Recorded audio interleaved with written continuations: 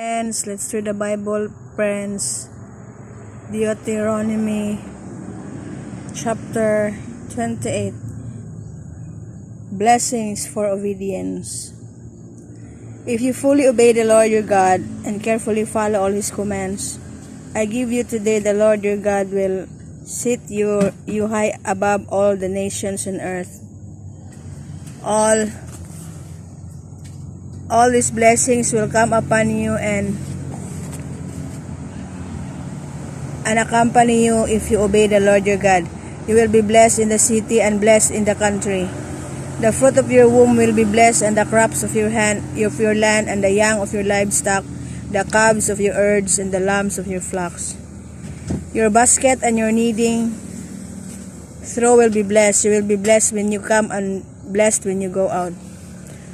The Lord will grant that the enemies who rise up against you will be defeated before you. They will come at you from one direction, but flee from you in seven. The Lord will send a blessing on you, barns, and on everything you put your hand to. The Lord your God will bless you in the land he is giving you. The Lord will establish you as his holy people, as he promised you an oath. If you keep the commands of the Lord your God and walk in his ways, then all the people on earth will see that you are called by my name, by the name of the Lord, and they will fear you. The Lord will grant you abundant prosperity in the fruit of your womb, the young of your livestock, and the crops of your ground, in the land he swore to your forefathers to give you. The Lord will open the heavens, the storehouses of his bounty, to send rain on your land in season and to bless all the work of your hands. You will lend to many nations, but will borrow from none. The Lord will make you the head, not the tail, if you pay attention to the commands of the Lord your God that I give you this day and carefully follow them. You will always be at the top, never at the bottom. Do not turn aside from any of the commands I give you today, to the right or to the left, following other gods and serving them. Curses for disobedience. However, if you do not obey the Lord your God and do not carefully follow all his commands and decrees I am giving you today, all these curses will come upon you and overtake you. You will be cursed in the city and cursed in the country. Your basket and your kneading trough will be cursed. The fruit of your womb will be cursed, and the crops of your land, and the calves of your herds, and the lambs of your flocks. You will be cursed when you come in and cursed when you go out. The Lord will send on you curses, confusion, and rebuke in everything you put your hand, until you are destroyed and come to sudden ruin because of the evil you have done in forsaking him. The Lord will plague you with diseases until he had destroyed you from the land you are entering to possess. The Lord will strike you with wasting disease, with fever and inflammation, with scorching heat and drought, with blight and mildew, which will plague you until you perish. The sky over your head will be bronze, the ground beneath you iron. The Lord will turn the rain of your country into dust and powder. It will come down from the skies until you are destroyed. The Lord will cause you to be defeated before your enemies. You will come at them from one direction, but flee from them in seven. And you will become a thing horror to all the kingdoms on earth. Your carcasses will be food for all the birds of the air and the beasts of the earth, and there will be no one to frighten them away. The Lord will afflict you with the boils of Egypt, and with tumors, festering sores, and the itch, from which you cannot be cured. The Lord will afflict you with madness, blindness, and confusion of mind. At midday you will grope about like a blind man in the dark. You will be unsuccessful in everything you do. Day after day you will be oppressed and robbed with no one to rescue you. You will be pledged to be married to a woman, but another will take her and ravish her. You will build a house, but you will not live in it. You will plant a vineyard, but you will not even begin to enjoy its fruit. Your ox will be slaughtered before your eyes, but you will eat none of it. Your donkey will be forcibly taken from you and will not be returned. Your sheep will be given to your enemies, and no one will rescue them. Your sons and daughters will be given to another nation, and you will wear out your eyes watching for them day after day, powerless to lift a hand. A people that you do not know will eat what your land and labor produce, and you will have nothing but cruel oppression in all your days. The sights you see will drive you mad. The Lord will afflict your knees and legs with painful boils that cannot be cured, spreading from the soles of your feet to the top of your head. The Lord will drive you and the king even set over you to a nation unknown to you or your fathers. There you will worship other gods, gods of wood and stone. You will become a thing of horror and an object of scorn and ridicule to all the nations where the Lord will drive you. You will sow much seed in the field, but you will harvest little, because locusts will devour it.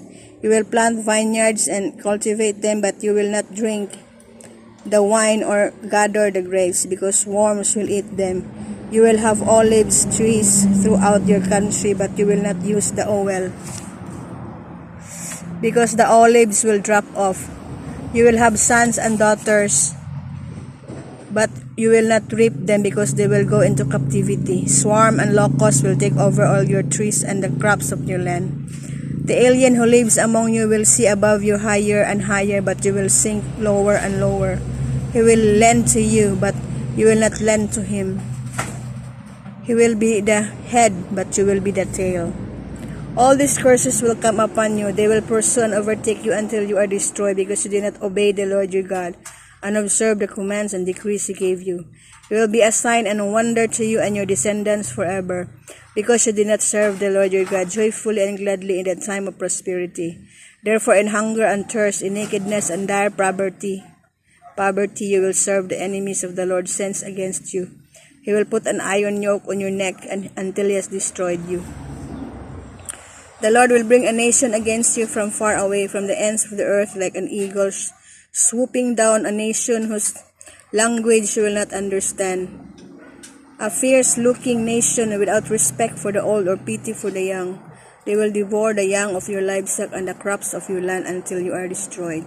They will leave you no grain, no wine or oil, nor any calves of your herds or lambs of your flocks until you are ruined. They will lay siege to all your cities throughout your land until the high fortified walls in which you trust fall down. They will besiege all the cities throughout the land the Lord your God is giving you. Because of the suffering that your enemy will inflict on you during the siege, you will eat the fruit of the womb, the flesh of the sons and daughters the Lord your God has given you. Even the most gentle and sensitive man among you will have no compassion on his own brother or the wife he loves or his surviving children, and he will not give to one of them as any of the flesh of his children that he is eating. It will be all he has left, because of the suffering your enemy will inflict on you during the siege of your cities, of all your cities. The most gentle and sensitive woman among you, so sensitive and gentle that she would not venture to touch the ground with the sole of her foot, will begrudge the husband she loves and her own son or daughter, the afterbirth from her womb, and the children she bears. For she intends to eat them secretly during the siege and in distress that your enemy will inflict on you in your cities. If you do not carefully follow the words of this law which are written in this book, and do not revere this glorious and awesome name, the Lord your God, the Lord will send fearful plagues on you and your descendants, harsh and prolonged disasters,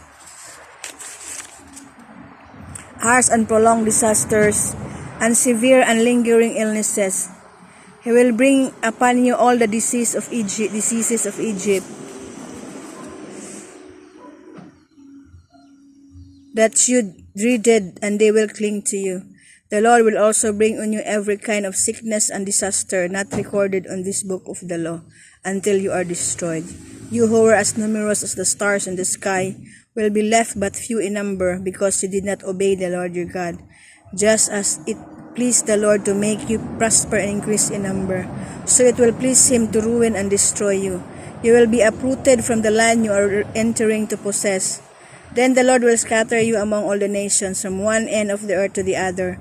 There you will worship other gods, gods of wood and stone, which neither you nor your fathers have known. Among those nations you will find no repose, no resting place for the sole of your foot. There the Lord will give you an anxious mind, every eyes weary with longing and a despairing heart. You will live in constant suspense, filled with dread both night and day, never sure of your life. In the morning you will say, if only it were evening, and in the evening, if only it were morning, because of the terror that will fill your hearts, and the sights that your eyes will see. The Lord will send you back in ships to Egypt on a journey I said you should never make again. There you will offer yourselves for shelter enemies as male and female slaves, but no one will bury you. So it says here, friends, that we need to obey the Lord and only worship Him so that we will not be destroyed. We will be blessed by God if you follow His commands and always obey Him. If we disobey the Lord, our God in heaven, we will be punished and we will be destroyed. So I hope you will obey the Lord your God so that all of us will be blessed, friends. We will not be destroyed by the Lord.